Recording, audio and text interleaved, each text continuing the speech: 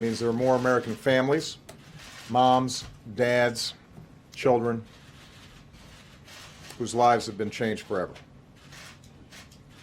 That means there's another community stunned with grief, and communities across the country forced to relieve their own anguish, and parents across the country who are scared because they know it might have been their families or their children.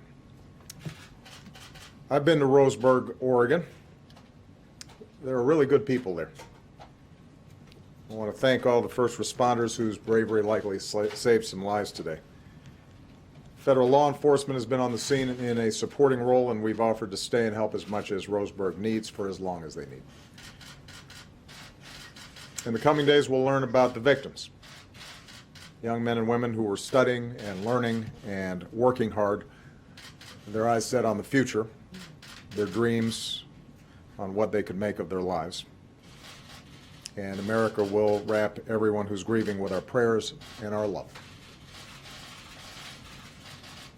But as I said just a few months ago, and I said a few months before that, and I said each time we see one of these mass shootings, our thoughts and prayers are not enough.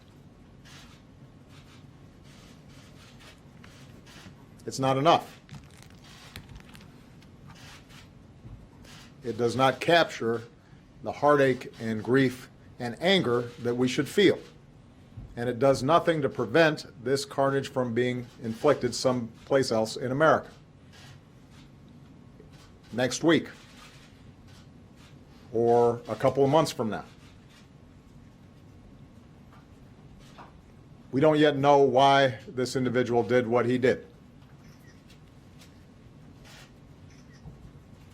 And it's fair to say that anybody who does this has a sickness in their minds, regardless of what they think their motivations may be. But we are not the only country on earth that has people with mental illnesses or want to do harm to other people. We are the only advanced country on earth that sees these kinds of mass shootings every few months.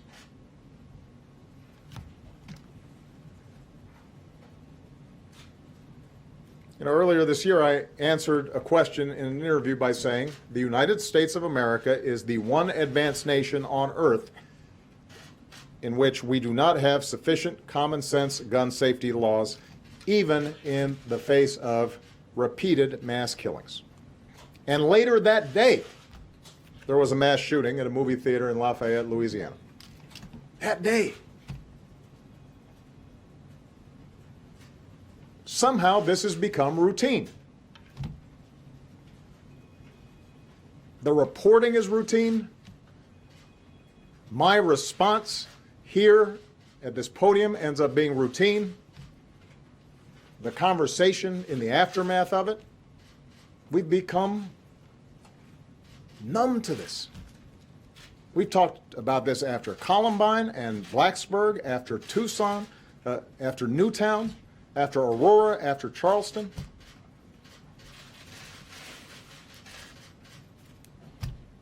It cannot be this easy for somebody who wants to inflict harm on other people to get his or her hands on a gun. And what's become routine, of course, is the response of those who oppose any kind of common sense gun legislation. Right now, I can imagine the press releases being cranked out. We need more guns, they'll argue. Fewer gun safety laws.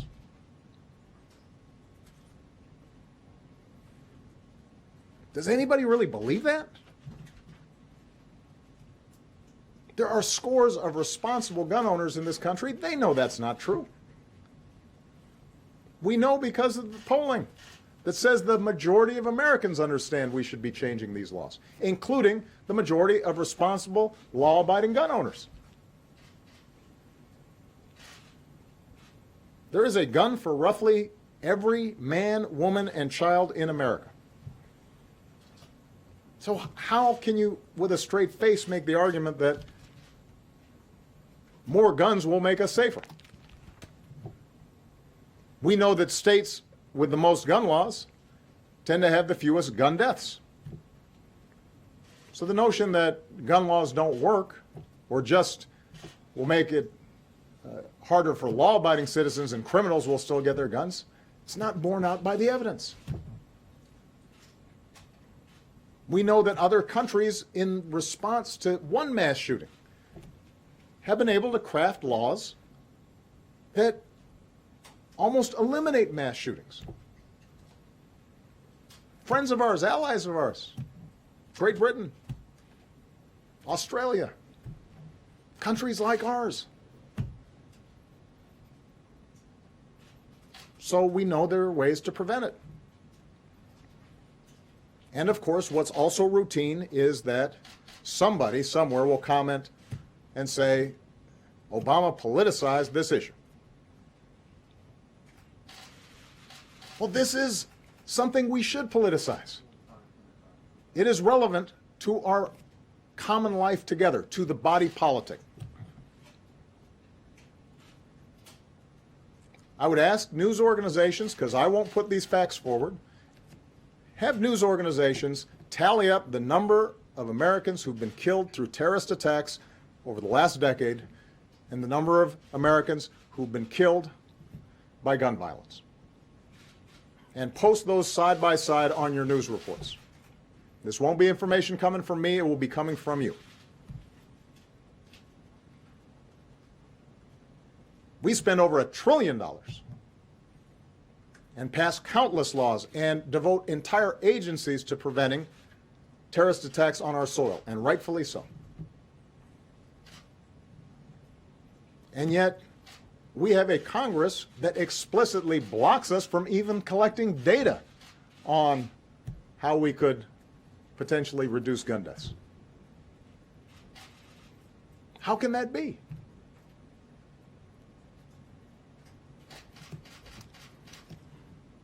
This is a political choice that we make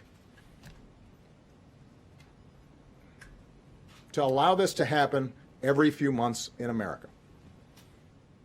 We collectively are answerable to those families who lose their loved ones because of our inaction.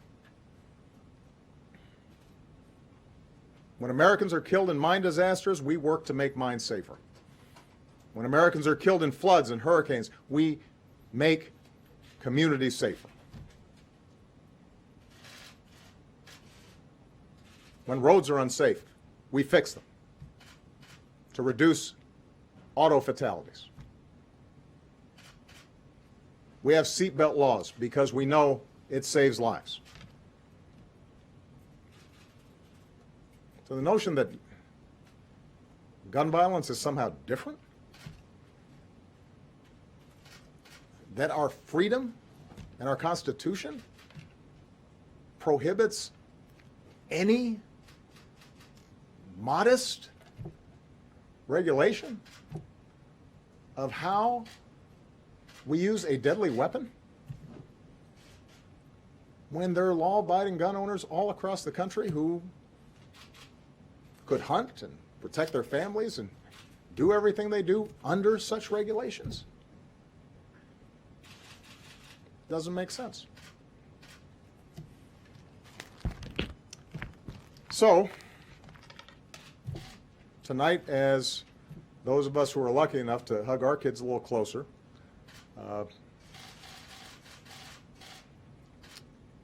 are thinking about the families who aren't so fortunate, I'd ask the American people to think about how they can get our government to change these laws and to save lives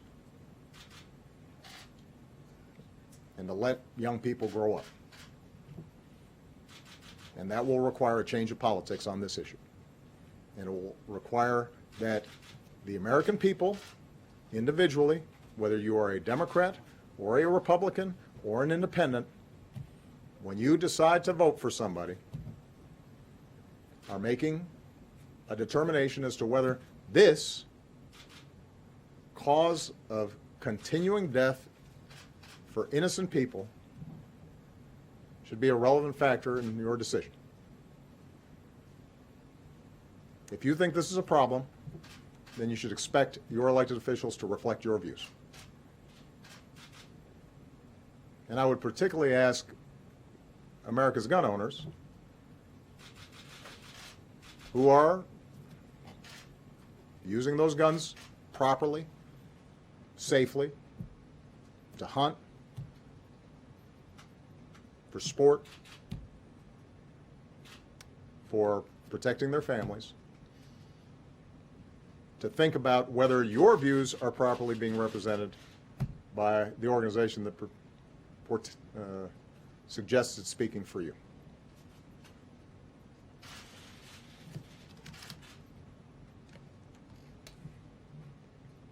And each time this happens, I'm going to bring this up.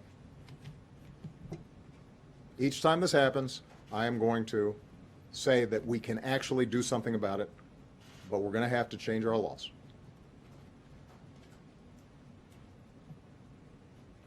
And this is not something I can do by myself. I've got to have a Congress, and I've got to have state legislatures and governors who are willing to work with me on this. I hope and pray that I don't have to come out again during my tenure as president to offer my condolences to families in these circumstances. But based on my experience as president, I can't guarantee that. And that's terrible to say.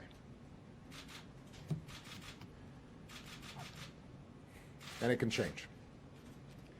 May God bless the memories of those who were killed today. May He bring comfort to their families and courage to the injured as they fight their way back. And may He give us the strength to come together and find the courage to change. Thank you.